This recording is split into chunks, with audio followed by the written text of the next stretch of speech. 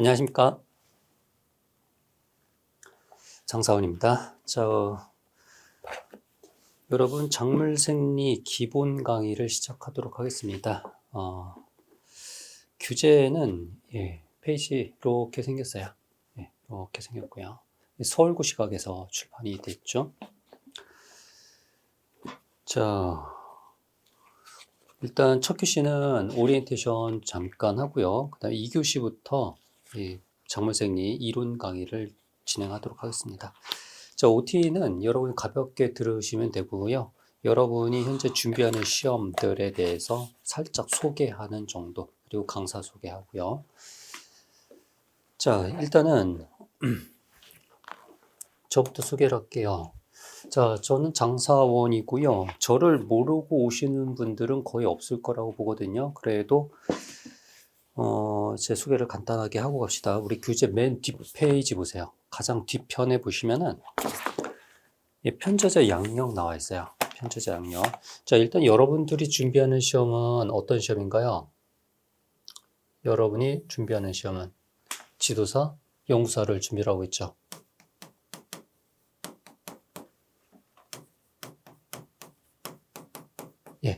이 두 시험이 작물생리학을 기본 과목으로 채택을 하고 있으니까, 지도연구직렬 말고는 나머지 분들은 제 강의를 들을 리가 없죠. 일단은 제 장사원 소개부터 갑시다. 지금 양력에 보시면 799 시험 합격, 그리고 지도사, 연구사 시험을 합격했고요. 제가 재직 중에 9급 시험을 출제를 한 적이 있고요. 그리고 5급 사무관 승진 시험을 출제한 적이 있습니다. 지도연구사 시험도 당연히 출제를 했었고요. 마지막으로 연구사로 재직하다가 지금은 윌비스 고시학원에서 전임 강의를 하고 있습니다. 저서를 보시면은 지도사에서 연구사에서 보는 과목들을 한번 보시면은, 지도사에서 보는 과목은 재배, 작물생리, 그 다음에 지도론, 그리고 토양학, 이렇게 시험을 보게 되죠. 그 다음에 연구사에서는 연구사 직렬별로 조금 다르긴 하는데, 일단 기본적으로 재배학 들어가죠. 그리고 작물생리 들어가죠. 작물생리. 그리고 나머지 과목들은 조금씩 다른데, 환경직렬에서는 토양학을 보게 되죠. 또 분자생물학을 보기도 하고, 그렇죠. 또 원해직렬 같은 경우는 원해학을 보게 되고, 그렇죠. 그러니까 공통적으로 재배, 작물생리가 들어가게 돼요. 재배, 작물생리. 이렇게 재배학이라든가 작물생리, 또 9급과 7급 준비하시는 분들도 계시죠. 9급하고 이제 7급 준비하시는 분 같은 경우는 이제 재배, 식용작물 두 과목 들어가죠. 그 다음에 토양학 들어가죠. 생물 들어가죠. 7급 같은 경우 그렇죠. 9급은 이 두 개, 7급은 이 두 개 더 추가. 지금 여러분이 준비하는 이 시험들, 재배학, 작물생리, 제가 쓴 책으로는 이런 것들이 있다. 컨셉 시리즈죠. 컨셉 재배, 작물생리, 지도, 토양, 그리고 생물까지 모두 다 포함되어 있어요. 여러분들은 교재를 뭐만 보시면 돼요? 컨셉만 보시면 돼요. 시중에 나와 있는 여러분 전공 응시 과목에 시중에 나와 있는 책들이 몇 권 있긴 해요. 근데 거의 사라졌고요. 재배학이 출판사 몇 군데가 있긴 한데, 여러분 교재 보시면은 첫 페이지에 기술직 기본서 시리즈 1등이라고 되어 있죠. 이 교재가 1등 맞고요. 압도적이에요. 압도적 1등이니까 이 컨셉 보시면 돼요. 때로는 여러분들이 그걸 보시겠다. 전공서를 보겠다 하시는 분들은 보셔도 됩니다. 괜찮아요. 보세요. 이거는 어디까지나 참고용으로만 보세요. 참고용으로만 보시고 실제 수험서는 컨셉으로 보세요. 여러분 수험생이고 수험서는 이 컨셉으로만 본다는 거. 이거 한 것만 보셔도 여러분 합격하는데 전혀 지장이 없어요. 물론 이 교재 범위를 벗어나는 문제가 있어요. 그러면은 이 교재 벗어나는 건 어떻게 해요? 그건 안타깝지만은 여러분이 이 컨셉을 가지고 공부를 했잖아요. 그 기본 지식으로 접근하는 방법밖에 없어요. 만약에 내가 이거 말고 다른 책도 보겠다 보시면 되는데 정문생리학이 여러분이 많이 보는 이제 전공서라고 하면 이제 H 출판사가 있죠. 그거 말고도 또 다른 책에서도 다른 출판사에서도 나왔단 말이죠. 아니면 방통교재도 보기도 하고요. 그래서 방통교재라든가 H 출판사라든가 이런 것들을 제가 최대한 이 컨셉에 다 요약 정리를 했어요. 물론 개 중에는 빠진 것도 있긴 한데 그렇다라고 하면은 여러분들이 만약에 이걸 메인 교재로 삼지 않는다라고 하면은 전공서적 이것저것 다 찾아봐야 돼요. 굉장히 비효율적인 공부죠. 그러니까 이걸로 단권화시키고 나머지는 참고용으로만 보셔라. 자, 그것이 여러분이 빠르게 가는 합격 지름길입니다. 자, 그러면 지도사, 요 생리학에서는 어차피 이제 여러분들이 지도사 같은 경우는 지도론을 봐야 되거든요. 정밀생리도 같이 봐야 되고 하기 때문에 지도론 할 때 요 지도사에 대해서 좀 더 이야기를 하고요. 자, 그 다음에 연구사에서는 지도론이 따로 없죠. 그러니까 작물생리 이 시간에 연구사 중심으로 제가 설명을 드릴게요. 자, 보통 재배학 설명할 때는 이제 7구급 중심으로 제가 설명을 하거든요. 어차피 재배학이 공통 과목이니까 7구급 공통 과목이다 보니까 그렇고요. 자, 어쨌든 지도사 우리나라 총 정원 있잖아요. 대한민국 총원을 보시면 지도사 총원을 보면 4,500명이야. 4,500명. 우리나라. 자, 연구사는요. 총원이 몇 명인가요? 우리나라 연구사 총원 2,000명 정도 돼요. 2,000여 명이에요. 그럼 매년 선발은 몇 명일까요? 매년 선발 150명 정도가 돼요. 매년 150명 정도. 그 다음 연구사는 매년 선발할까요? 평균 60명 정도 선발을 하게 돼요. 매년. 됐나요? 당연히 그럼 딱 60명만 하냐? 아이, 그런 건 아니지. TO가 많이 났으면은 많이 선발하고, 적게 나면 적게 선발하고. TO는 어떻게 나요? 60세 정년 퇴임하신 분들, 그 자리에 빈자리가 생겼잖아요. 그 사람들 TO 선발하는 거기 때문에 해마다 다 달라요. 저는 평균적인 인원을 말씀드린 겁니다. 자, 그 다음에 지도사는 크게, 지도직 연구사가 크게 두 개의 계급이 있어요. 지도사와 지도관이 되죠. 지도사, 지도관. 연구사도 똑같아요. 연구사와 연구관이 있어요. 연구사, 연구관. 그럼 지도사하고 연구사는 몇 대 몇의 비율이 있을까요? 국가직하고 지방직에 따라 다르거든요. 자, 국가직 같은 경우, 지방직 같은 경우. 자, 국가직 같은 경우 지도사가 한 명이라면 지도관은 한 명이에요. 1대1 비율이라고 보시면 돼요. 1대1. 그 다음에 지방직은 지도사하고 지도관 비율이 10명이라면 지도관은 한 명이에요. 그러니까 지도사 10명이 합격을 하잖아요. 이 10명 중에 한 명이 지도관으로 승진을 하게 돼요. 굉장히 낮은 확률로 승진을 하게 되죠. 무슨 느낌인지 알겠죠? 그럼 국가직 같은 경우는 어떻게 될까요? 지도사 한 명이 지도관이 된다라는 거죠. 그러니까 한 명 들어왔죠? 한 명이 지도관이 돼요. 그 얘기는 그 공무원 60세 정년이라고 봤을 때 여러분이 30살에 입직을 했다고 가정을 해볼게. 그럼 30살에 30세에서 60세까지니까 총 30년이죠. 30년 동안 15년은 지도사로 근무하고 나머지 15년은 지도관으로 근무한다. 이렇게 확률적으로 볼 수 있겠죠. 그러니까 100% 국가직으로 지도사로 합격하면 지도관이 돼요. 100%. 그러나 지방직은 100%는 안 돼요. 한 20% 정도만 지도관이 되고 나머지는 그 지도사로 정년을 하게 되죠. 자, 그럼 연구사를 볼게요. 연구사는 국가직이 있고요. 그 다음에 광역자치단체가 있고요. 그 다음 비초자치단체가 있어요. 기초자치단체.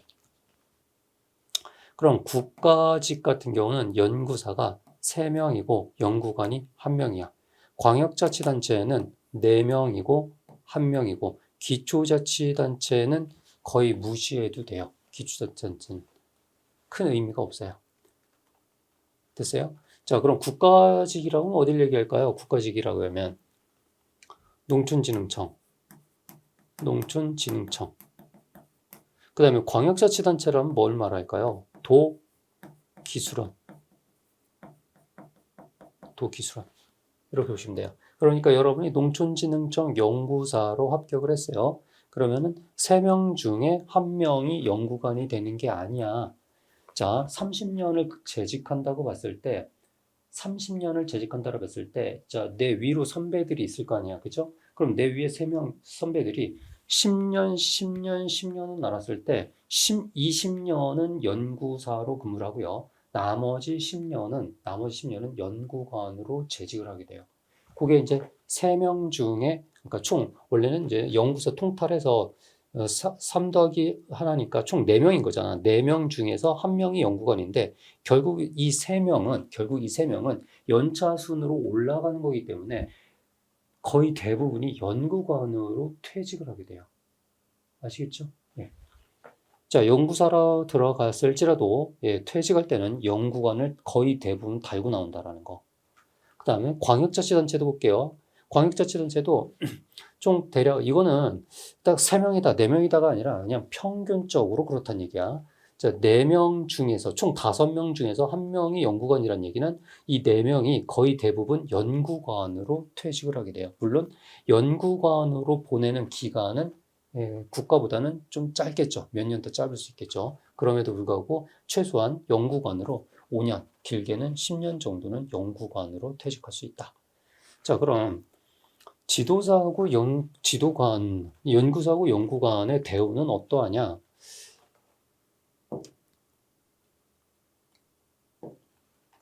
연구사와 연구관이 있는데 연구사는 대략 6급 상당이라고 보시면 돼요. 6급 상당. 이거는 몇 급이라고 하지 않아요. 몇 급은 없어. 연구사, 연구관, 이게 이제 계급이기 때문에 직급인 거죠. 6급이야, 6급 그냥. 왜 6급이냐고?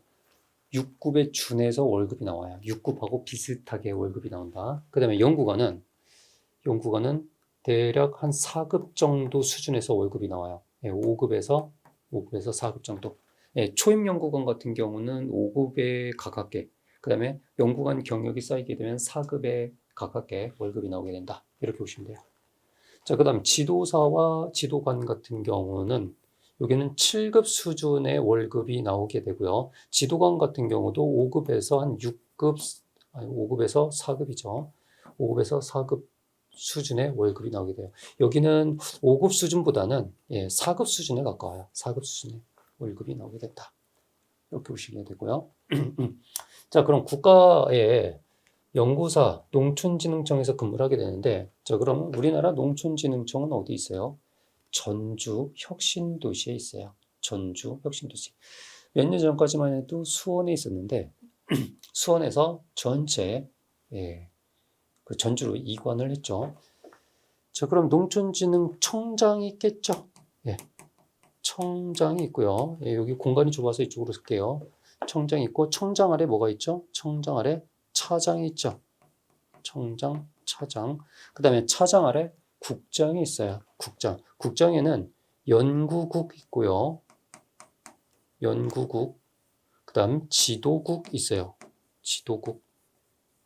그 다음에 연구소들이 있어요. 연구소. 자, 연구소에는 뭐가 있냐? 농업과학,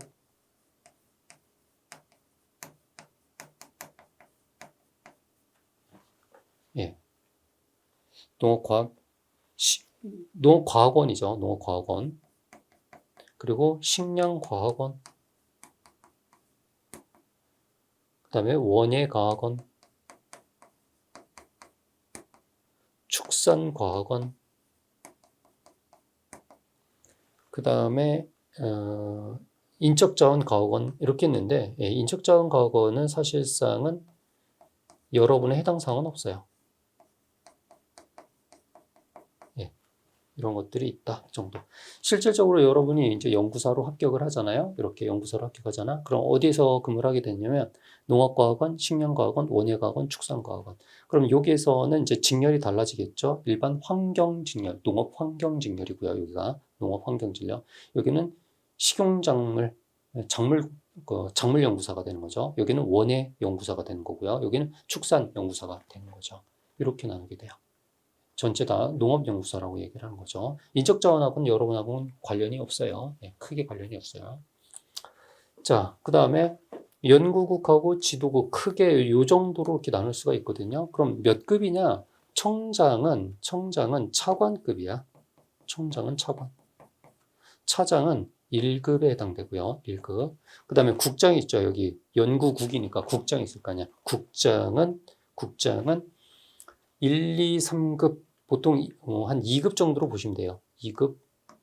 예, 여기 당연히 국이니까 2급 정도. 그 다음에 농업과학원장 있잖아요. 원, 예, 과학원, 원장. 이 원장은 1급에서 한 2급 정도라고 보시면 돼요. 1급에서 2급. 예, 예전에는 원예 연구소였거든요. 원예 연구소가 한 2급 상당이었고요.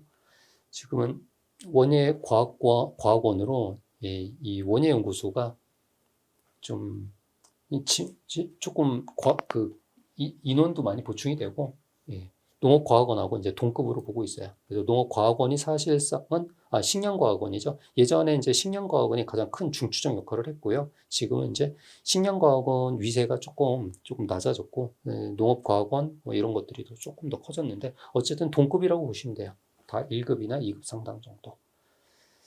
자, 됐어요. 그럼 여러분들은 이제 연구사 6급으로 들어갔다가 연구관 달면 4급, 그 다음에 3급, 2급, 1급 뭐 이런 식으로도 승진할 수도 있는 거니까 단지 여러분이 연구사로 끝나려고 하지 말고 연구사 합격하고 나서 연구관도 되시고 그 다음에 또 멀리 나가서는 연구사 하시다가 또는 보통 연구사 하다가 연구관까지 가려면 좀 시간이 걸리거든요. 연구사 하다가 연구관 되기도 하고 또는 대학 교수, 예, 대학 교수로 가기도 하고요.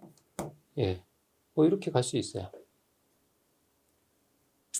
예, 여러분 모교에 뭐 빈자리가 나왔다. 그러면은 대학 교수로 갈 수도 있거든요. 물론 여러분 업적이 있어야 되겠죠. 연구 성과가 있어야 되겠죠. 그 다음에 또 연구관 하다가 또 뭐 하면 돼요? 여기 원장 하면 돼요. 예, 이런 원장, 과학원장, 원장 하시면 되겠고 아니면 또 국장 하실 수도 있는 것이고 예. 단지 여러분이 꿈이 연구사다. 연구사에 멈춰 있지 마세요. 연구사 그 이상의 연구관, 교수나 대학 교수나 원장이나 뭐 이런 것들 하시면 돼요. 예, 교수보다는 예, 원장이 또 신분이 더 높아요. 예, 대학 교수라고 해봐야 한 3급 상당, 4급에서 3급 정도거든요. 우리가 국립대 교수라고 가정했을 때 국립대 교수라 해서 한 4급에서 그 정도 월급 나와요. 4급 상당 월급. 그러나 이제 원장 같은 경우는 1, 2급 상당이기 때문에 월급이 더 많고요. 예, 또 파워도 더 세죠. 그러니까 대학 교수 하실 분들 또 대학 과학원 원장 하실 분들 하시면 되겠습니다. 자, 광역자치단체 같은 경우는 이제 도기술원이니까 도기술원 원장이 있겠죠. 원장. 여기서도 원장이 있고 또 연구국하고 지도국 똑같아요. 기본적으로. 연구국장, 지도국장, 그다음에 이 지도국은 연구사가 근무하는 게 아니야. 지도국은 지도사가 근무를 해요. 여기서도 지도사도 이제 지방자치단체, 광역자치단체하고 기초자치단체로 둘로 나눌 수가 있는데 광역자치단체에 이제 도기술원이죠. 도기술원에도 지도국의 지도사가 근무할 수 있는데 지도사 인원은 그렇게 많지는 않아요. 예. 예, 보통 이제 여기 지방이라고 하면은 누굴 말하는 거야? 기초자치단체를 얘기하는 거죠. 기초자치단체. 보통 기초자치단체라고 하면은 농업기술센터를 얘기하는 것이고요. 농업기술센터. 센터를 얘기하는 것이고, 이 센터에 대략 한 30명 정도 근무를 하게 돼요. 조금 규모가 큰 데는 30명이 넘고 작은 데는 30명이 안 되고 뭐 그렇습니다. 대략 한 평균 한 30명 정도 생각하시면 되겠습니다. 자, 예. 자, 지도사학 연구사 우리나라 조직에 대해서 봤고 몇 명 선발하는지 이거 중요하잖아요. 선발 인원 1년에 몇 명 선발하고 연구사 몇 명 선발하는지 이거 중요하잖아. 여러분 지금 응시해야 될 건데.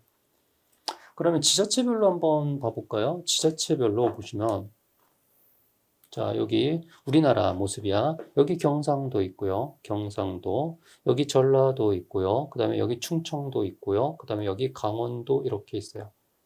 예. 어딘지 알지? 그치? 예. 경상, 전라도, 충청도, 경기도, 강원도. 그 다음에 물론 여기 제주도가 있겠죠. 자, 그 다음에 이 경상도 중에서도 북도, 남도, 여기 전라도, 북도, 남도, 충청도, 북도, 남도 이렇게 쭉 있을 거 아니야.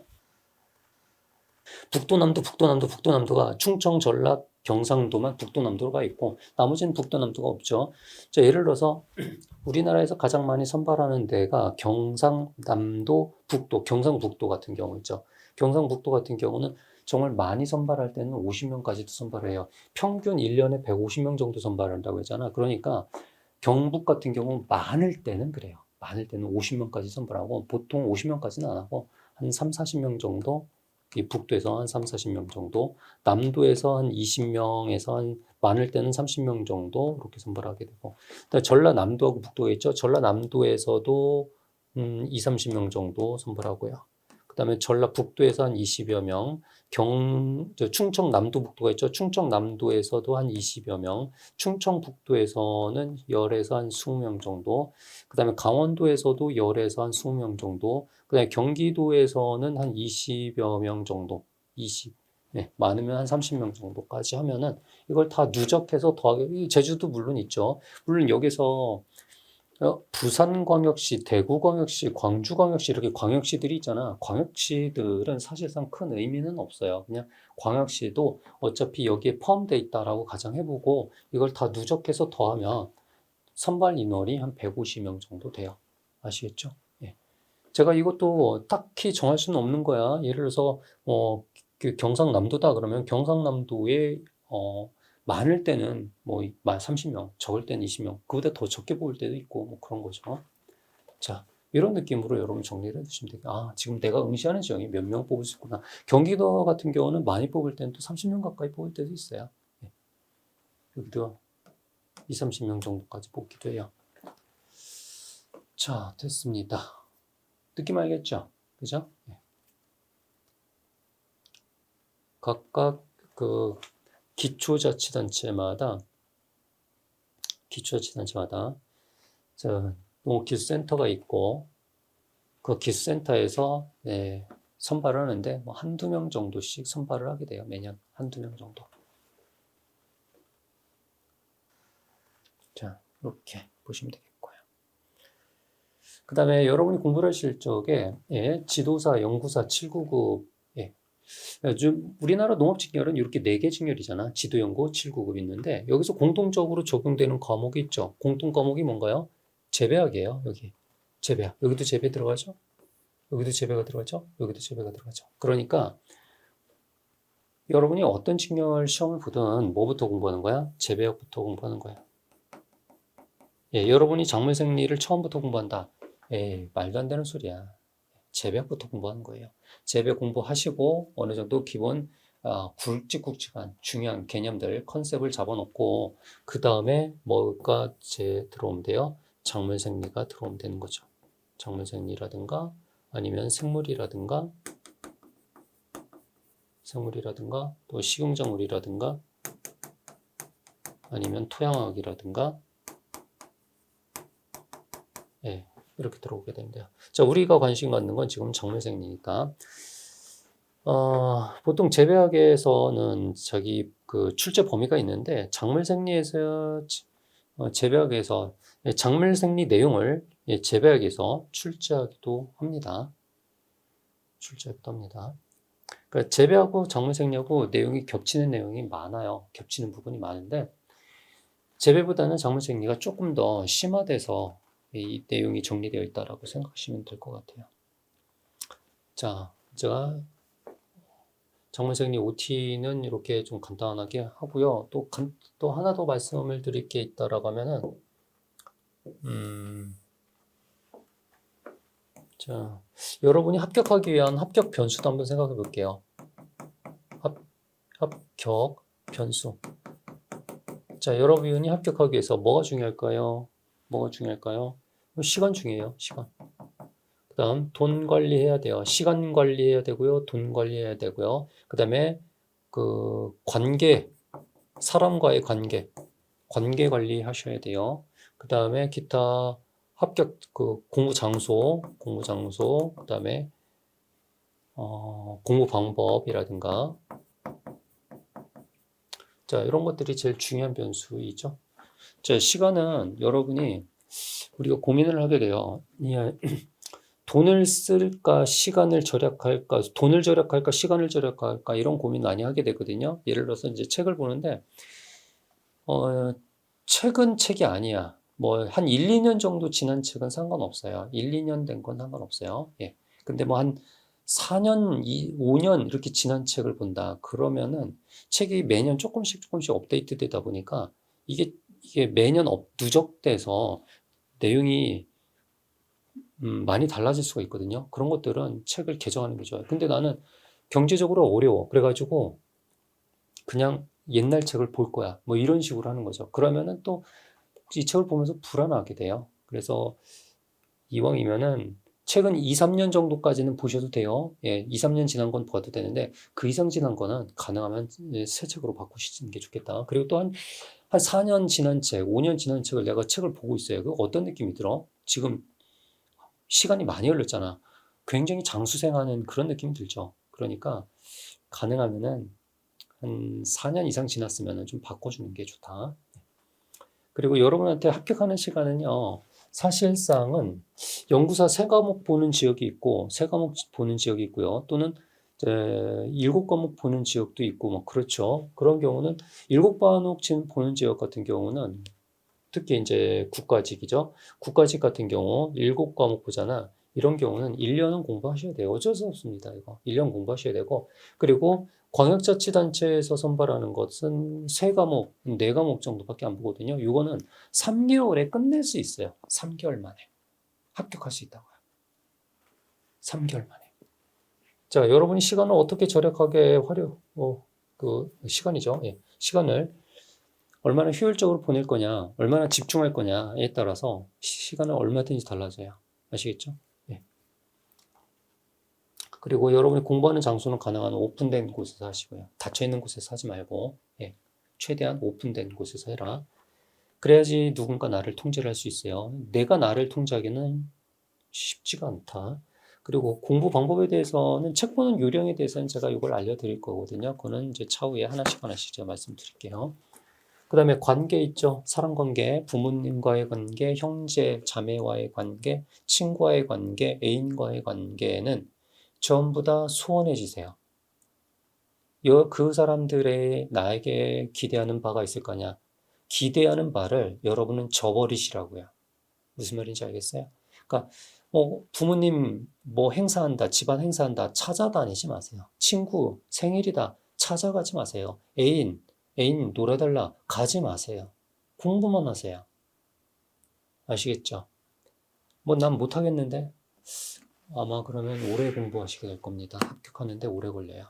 일단 여러분이 주변 사람은요, 내 인생의 주인공은 나야.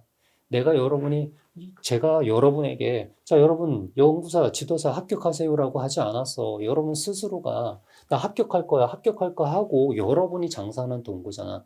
여러분이 세운 목표였잖아. 그치? 그러면 저는 여러분을 어떻게든 빨리 합격시켜야 된다고. 최대한 시간을 단축해서. 그러려면 주변의 지인 관계부터 깔끔하게 정리하셔요.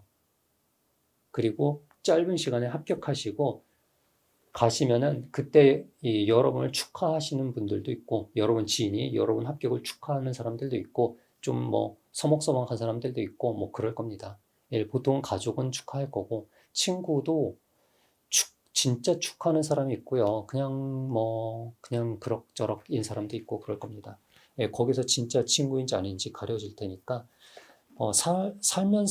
우리가 인간이 계속 살면 살수록요, 지금은 관계가 굉장히 중요하죠. 물론 중요해요. 중요하지 않다는 건 아니야. 근데 점점 나이가 들수록 관계는 그렇게 중요하진 않아요. 예, 내가 중요해요. 그러니까 내가 잘나야 돼요. 그러니까 내가 바로 서야지 주변의 관계도 원만해져요. 근데 내가 계속 쭈그러져 있잖아요. 찌그러져 있잖아요. 그럼 주변 관계, 사람들 다 떠나요.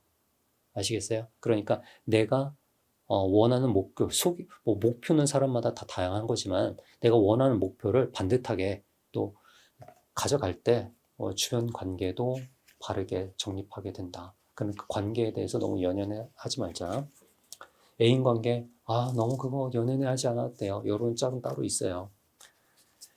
자, 그러면은 OT는 이 정도로 합시다. 우리 교재의 맨 앞 페이지 보시면 머릿말 있거든요. 머릿말 보시면 한 4페이지에 보시면 머릿말 이제 그 앞부분 말고 뒷부분이거든요. 거기 무슨 얘기를 제가 머릿말에 써놨냐면은 인공지능에 대해서 이야기가 나와 있거든요. 지금 21세기는 인공지능의 세상이거든요. 인공지능이 계속 확장이 되고 있어요. 우리가 운전하는 자동차요. 인공지능이 이제 다 운전해 줄 거고요. 그리고 우리가 공부하는 거 어쩌면 우리 뇌에 베리칩이라고 들어갔죠. 우리 뇌에 인공지능 칩을 심기고 아니면 여기 뭐 인공지능을 칩을 심어가지고 이런 공부를 하지 않더라도 그 인터넷에 내 뇌가 직접 접속을 해가지고 모든 정보를 쉽게 가져올 수도 있을 거예요. 그런 날이 오지 않은 것 같거든요. 그리고 집안 청소, 귀찮은 거, 설거지, 빨래 이런 것들 다 인공지능이 탑재된 로봇이 휴머노이드죠. 휴머노이드 로봇이 대신하는 그런 세상이 머지 않았어요.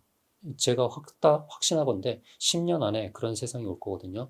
그러면 지금 양질의 일자리가 점점 사라지고 있어요. 대기업 선발을 하긴 해요. 예, 조금 해요. 근데 기존에 있던 직원들도 오히려 지금 퇴출시키는 마당에 신규 직원 그렇게 많이 안 뽑거든요. 여러분이 별로 오갈 데가 없어요. 좋은 일자리 갈 데가 별로 없어요. 그나마 국가직이든 지방직 우리 공무원들 응시를 하고 있잖아. 이 공무원은 최소한 퇴출시키진 않아요. 일단 합격한 사람에 한해서는 퇴출시키진 않는다. 그러니까 그 세상이 앞으로 10년 뒤의 세상이 어떻게 변할지는 모르겠으나 일단은 우리가 신분상 안정성을 갖고 있고 또 경제적으로 일정한 수익을 창출할 수 있는 그런 공무원 선발한 여러분이 선택한 것은 괜찮은 선택이다. 좋은 선택이다라고 저는 생각합니다. 자, OT는 여기까지 하고 다음 시간부터 우리 본 교재 내용 들어가도록 하겠습니다. 수고했습니다.